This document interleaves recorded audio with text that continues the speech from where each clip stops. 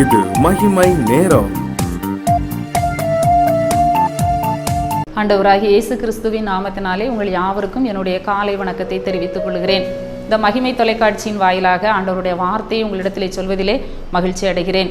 இந்த வாரத்திலே நாம் தொடர்ந்து ஆவியானவர் என்கிற தலைப்பிலே நாம் தியானித்து வந்தோம். முதலாம் நாளிலே அந்த கர்த்தருடைய ஆவியானவர் நமக்கு ஞானத்தை தருகிறார். அடுத்ததாக இரண்டாம் நாளிலே அவர் நமக்கு பலனை தருகிறார் என்று சொல்லி நாம் பார்த்தோம். மூன்றாம் நாளிலே ஆண்டவர் நமக்கு அவருடைய ஆவியை ஊற்றி நம்மை உயிர்ப்பிக்கிற தேவன் என்று சொல்லி நாம் பார்த்தோம். இந்த நாளிலே நாம் ஏசாயா 32 அதிகாரம் 15 வசனத்திலே நாம் வாசிக்கிறோம். உன்னதத்தில் இருந்து நம்மேல் ஆவி ஊற்றப்படும் மட்டும் அப்படியே இருக்கும். உன்னதத்தில் இருந்து ஆவி ஊற்றப்படும் மட்டும் அப்படியே இருக்கும். எப்படி இருக்கும்? அந்த ஆவி ஊற்றப்படும் மட்டும் வாழ்க்கை எப்படி இருக்குமா? 12ஆம் வசனத்திலே நாம் பார்க்கிறோம். செழிப்பான வயல்களின் நிமித்தமும் கனிதரும் திராட்சை செடியின் நிமித்தமும் மாரடித்து புலம்புவார்கள்.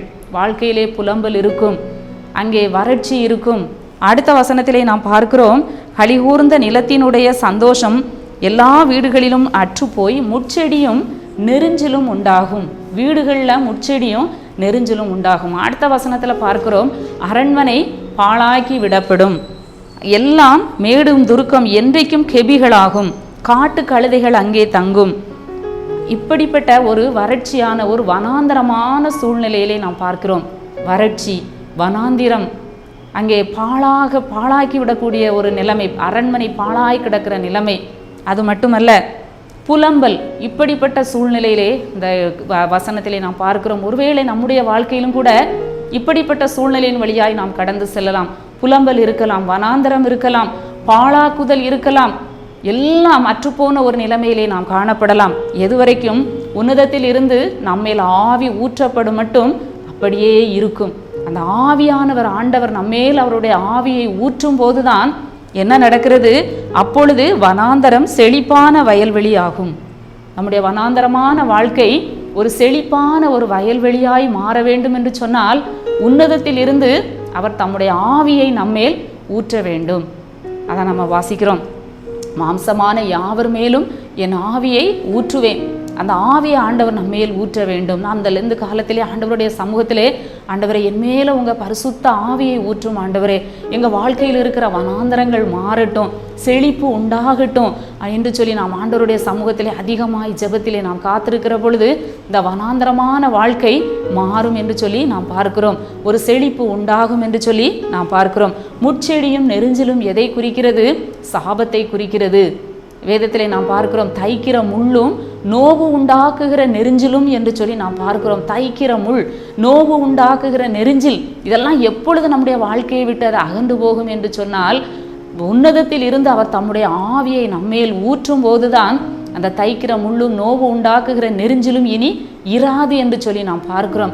அது மட்டுமல்ல, முட்செடிக்கு பதிலாக தேவதாரு விருட்சம் எழும்பும், காஞ்சோரிக்கு பதிலாக மிருது செடி எழும்பும் என்று சொல்லி நாம் ஏசாயா தீர்க்கதரிசியிலே நாம் வாசிக்கிறோம்.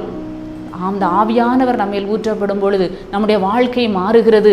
நம்முடைய வனாந்தரம் அது ஒரு வயல் நிலமாய் மாறுகிறது.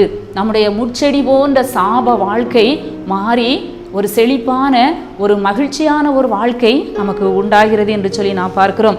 மட்டுமல்ல, ஆண்டவர் அந்த ஆவியை எப்படி ஊற்றுகிறார்? உன் சந்ததியின் மேல் என் ஆவியையும் உன் சந்தானத்தின் மேல் என் ஆசீர்வாதத்தையும் ஊற்றுவேன் என்று சொல்லி சொல்கிறார். ஏசாயா 44 அதிகாரத்திலே நாம் பார்க்கிறோம். 3, 4, 5 வசனத்திலே நாம் பார்க்கிறோம். தாகமுள்ளவன் மேல் நான் தண்ணீரை ஊற்றுவேன், வறண்ட நிலத்தின் மேல் நான் ஆறுகளை நான் ஊற்றுவேன், உன் சந்ததியின் மேல் என் ஆவியையும் உன் சந்தானத்தின் மேல் என் ஆசீர்வாதத்தையும் கட்டளையிடுவேன். தாகத்தோடு நாம் ஆண்டவரிடத்தில் கேட்க வேண்டும். ஆண்டவரே, இந்த ஆவியை என் மேல் ஊற்றுங்க, என் பிள்ளைகள் மேல் ஊற்றுங்க, என் சந்ததியின் மேல் ஊற்றுங்க ஆண்டவரே என்று சொல்லி நாம் ஆண்டவருடைய சமூகத்திலே தாயாகிய நாம் கேட்கிற பொழுது நம்முடைய குடும்பத்திலே நம்முடைய பிள்ளைகள் மேல் அந்த ஆவியை ஆண்டவர் ஊற்றுவார். வாக்கு கொடுத்திருக்கிறார். கடைசி நாட்களில் நான் மாம்சமான யாவர் இதோ நாங்கள் மாம்சமான நாங்கள் உங்களுடைய சமூகத்திலே நாங்கள் வந்து நிற்கிறோம், உங்கள் ஆவியை எங்கள் மேல் ஊற்றும் என்று சொல்லி நாம் கேட்போம். அந்த ஆவியை ஊற்றும் போது அதனால் அவர்கள் புல்லின் நடுவே நீர்கால்களின் ஓரமாய் ஓங்கி வளருகிற அலரி செடிகளைப் போல வளருவார்கள். ஒரு வனாந்தரமாக இருந்த ஒரு வாழ்க்கை அப்புள்ளி நடுவே நீர்க்கால்களின் ஓரமாய் ஓங்கி வளருகிற ஒரு அலரி செடிகளைப் போல வாழ்க்கை மாறும் என்று சொல்லி பார்க்கிறோம். அது மாத்திரமல்ல, ஒருவன் நான் கர்த்தருடையவன் என்பான், ஒருவன் யாக்கோபின் பேரை தரித்து கொள்ளுவான், ஒருவன் தான் கர்த்தருடையவன் என்று கையெழுத்து போட்டுக் கொள்ளுவான். சந்ததிக்கு இத்தனை விதமான ஆசீர்வாதங்கள். கர்த்தருடையவர்களாக மாறுவார்கள். பிள்ளைகள், நம்முடைய தலைமுறை கர்த்தருடையவர்களாக மாறுவார்கள்.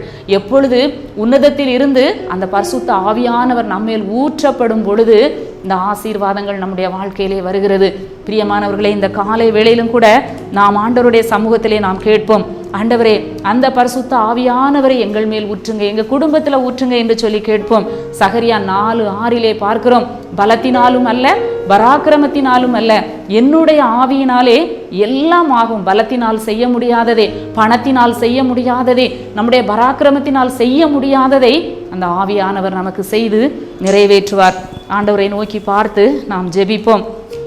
ஆண்டவரே, இந்த நல்ல நாளின் காலை வேளைக்காக உம்மை துதிக்கிறோம், உம்மை ஸ்தோத்தரிக்கிறோம். கர்த்தர் கொடுத்த நல்ல ஆசீர்வாதமான வார்த்தைக்காக நன்றி செலுத்துகிறோம். உன்னதத்தில் இருந்து கேட்கிற எங்கள் ஒவ்வொருவர் மேலும் உங்கள் ஆவியை ஊற்றுங்க. நாங்கள் அதற்காக காத்திருந்து கர்த்தாவே அந்த பரிசுத்த ஆவியின் அபிஷேகத்தை நிறைவை நாங்கள் பெற்றுக்கொள்ள, எங்களுடைய சந்ததிகளும் பெற்றுக்கொள்ள உதவி செய்யும். மீட்பர் இயேசு கிறிஸ்துவின் மூலம் ஜெபிக்கிறோம் நல்ல பிதாவே, ஆமேன்.